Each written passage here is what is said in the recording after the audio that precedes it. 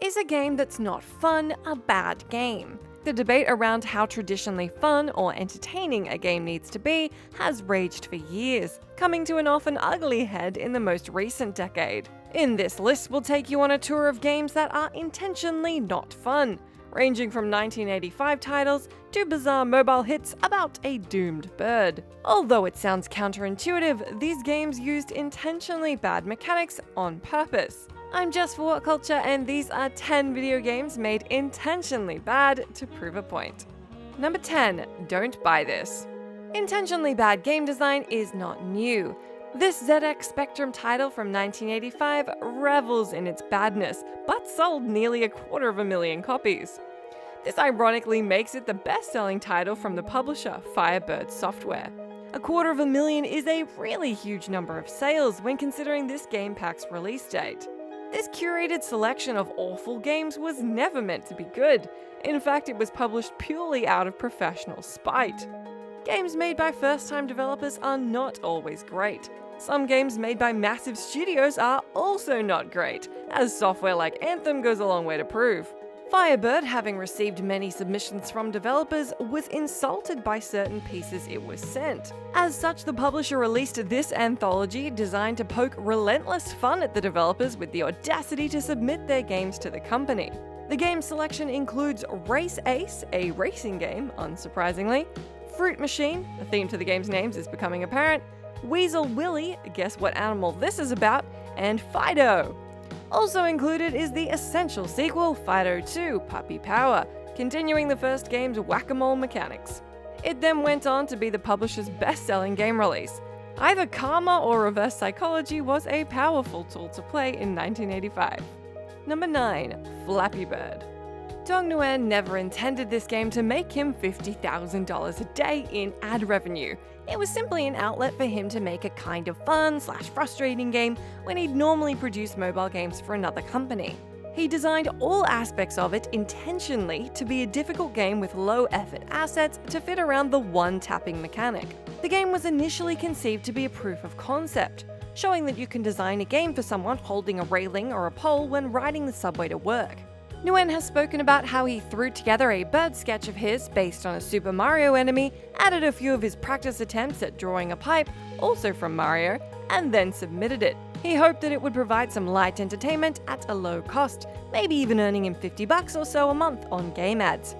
The game didn't even do that and sat in complete anonymity for 8 months. That is, until it suddenly exploded in popularity. Suddenly, Nguyen and his little rushed hobby project was the center of a viral typhoon, with a veritable monsoon of plagiarism accusations, design critiques, and digital harassment along with it. Virality was terrifying for him, and as such, he unfortunately withdrew the game. Number 8. Sonic Dreams Collection.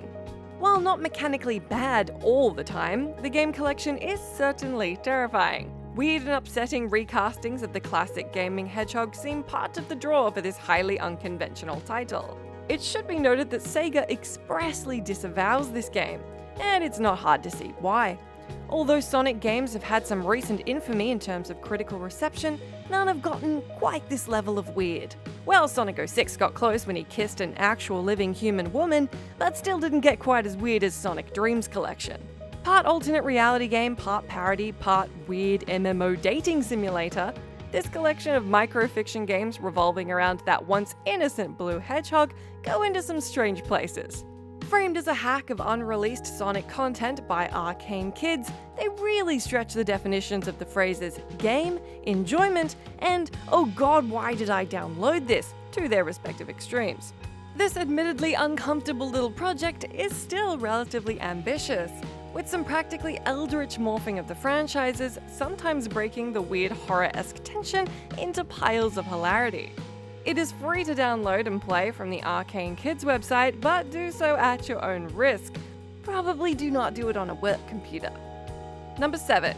Getting Over It with Bennett Foddy. Developer of the smash hit 2008 Adobe Flash game QWOP, Bennett Foddy has a lot to answer for. So many hours have been lost in trying to wrangle the disaster of limbs presented in his obtuse Olympics simulator. Many more hours have been dedicated to shrill early YouTube Let's Plays of the product, which are arguably even more frustrating than the game itself. Bennett Foddy returned with Getting Over It, wherein you control a little man in a cauldron who has to traverse a deadly world with just a hammer and a reliable fulcrum motion.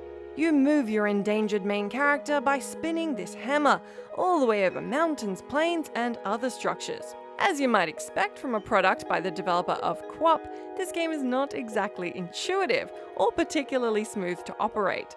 Despite all this, it was released on Humble Bundle, where it was played by over 2.7 million different players. The developer attributes this success to people wanting to play frustrating or inaccessible games. Foddy spoke at length with Kotaku on what he calls the aesthetics of frustration with regard to the game.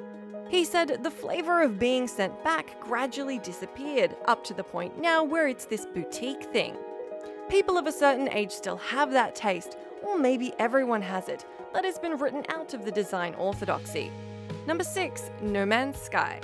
Ask a group of 10 gathered gamers whether or not Hello Games' controversial 2016 release No Man's Sky was sold on lies, and you're likely to receive 10 slightly different answers. During the game's marketing, lead developer Sean Murray did vaguely allude to several features that didn't manifest in the initial release, including the potential ability to meet other players in a vastly infinite universe. The implication that the game was secretly a massively multiplayer online game that was just so vast that it might not even come up was compelling. On release, however, these features could be proved to not be present. The minimal player interaction initially seen at the game's release disappointed many, but it really gave players a chance to sit, reflect, and understand their place within a vast, uncaring universe. Coupled with the anthropological take on language, it seemed that the aim of the game was to have little to no contact with others in a lonely space. In its initial release, you were truly alone with a universe that felt bizarre, alien, and often hostile. You had to claw at the different languages piece by piece until you could grasp and finally understand the creatures around you, eventually building a point of contact and understanding. It's worth mentioning though that the story doesn't end there for Hello Games, as just this year No Man's Sky was awarded the Game Award for Best Ongoing Game, so there's a happy ending for you. Number 5. Nier Automata. A common complaint about Platinum Games' standout RPG is that the combat mechanics leave much to be desired. Your player character moves strangely, so the navigation of combat settings themselves are a veritable minefield to move through. The evasion mechanic works in a slightly counterintuitive way, with a small vulnerability window at the end of the evasion animation. Most games with a dodge mechanic like this call the type of animation an iframe animation. This stands for invincibility frames, implying that the usual trend is to not allow your player avatar to take damage while evading attacks. When Nier purposefully flaunts this and combines it with some other difficult or obtuse elements of its combat design, it's making a point about violence. In Nier, you're not some invincible avatar of destruction, you're fragile and are trapped within cycles of violence. Combat is meant to be tricky, confusing, and sometimes not very fun. The existential concerns of Nier mean that even the combat is geared towards thinking about our state of being. Number 4. Surgeon Simulator. Bossa Studios' 2013 title Surgeon Simulator was the brainchild of 4 young developers taking part in a game jam. Game jams are little events that occur under a constrained time period, usually revolving around a theme, that developers have to make a game within. Surgeon Simulator was first crafted by Tom Jackson, Jack Good, Luke Williams, and James Broadley within just 24 hours. The team said they used the idea of open heart surgery, but with infuriating quap-like controls over what is usually highly precise movements, which made them all giggle enough to keep them all awake and focused over the 2 days. They emerged not sure if the game was actually funny or if they were just sleep deprived. The overwhelming viral reception of the title in 2013 seemed to suggest it was the former. When asked about why a game that was meant to be so hard and awkward to control sold so well, Bossa Studios junior designer Luke Williams had this to say: "If we pitched this to publishers, they would be like, no, there's the door, and they'd laugh us out of it. It just doesn't make any sense, and it doesn't sell like a sellable product." By making a game that was purposefully bad, the team at Bossa managed to sell an awful lot of copies, and also managed to get 4 sleep-deprived indie developers through 2 consecutive all-nighters. Number 3. Pathologic. Pathologic is a game that does not want you to play it. The horrifically taxing hunger and health mechanics, inexorably slow movement speed, and drab aesthetics all seem to actively work against the player's enjoyment. Even the game's most ardent advocates seem to tell you to not play the game, and a scant 13% of players actually beat it on the first in-game night. Despite some intensely deep philosophical concerns, multifaceted dialogue, and an atmosphere of gorgeous melancholy, it's hard to describe the game as immersive. The constant ticking clocks that are your survival stats, time-sensitive missions, and intuitive controls constantly remind you that you are in a game. Not only that, but the game you're in feels horrid to play. However, in a game that wants you to remember that the world's a stage, the artifice of jarring gameplay mechanics is an essential one.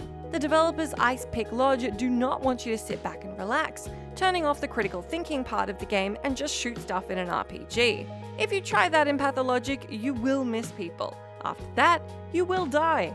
Pathologic intends to create a real sense of desperation in its players, with the intentionally frustrating and obtrusive mechanics meant to emulate the terrifying, overwhelming fear that is a deadly plague. Managing an outbreak is never an easy task, with a huge range of conflicting and often deadly approaches that are so difficult to manage. Number 2, E.Y.E. Divine Cybermancy. E.Y.E. Divine Cybermancy is brilliant. It's also bonkers.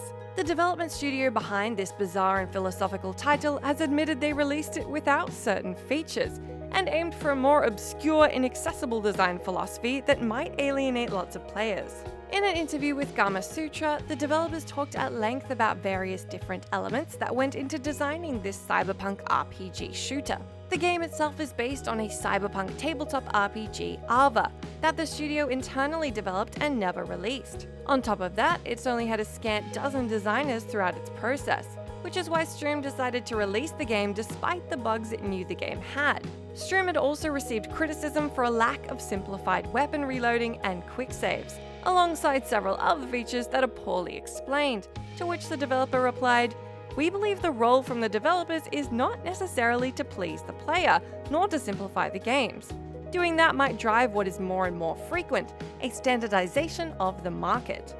Alongside all of these purposefully arcane or obscured features, Stream admits it purposefully chose what it thought was a worse ending for its game. It chose to give the game a particularly ambiguous ending, saying, "We didn't have enough courage to bring a definitive and significant ending."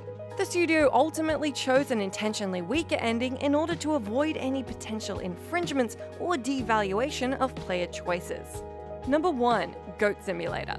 Of all the intentionally bad games out there, this one is the GOAT, pun entirely intended. This weird little gem was created by the developers of the brilliant FPS and tower defense hybrids Sanctum and Sanctum 2, Coffee Stain Studios. Goat Simulator combines broken physics, corny references to other media, and a satanic goat cult in one bizarre questless open world.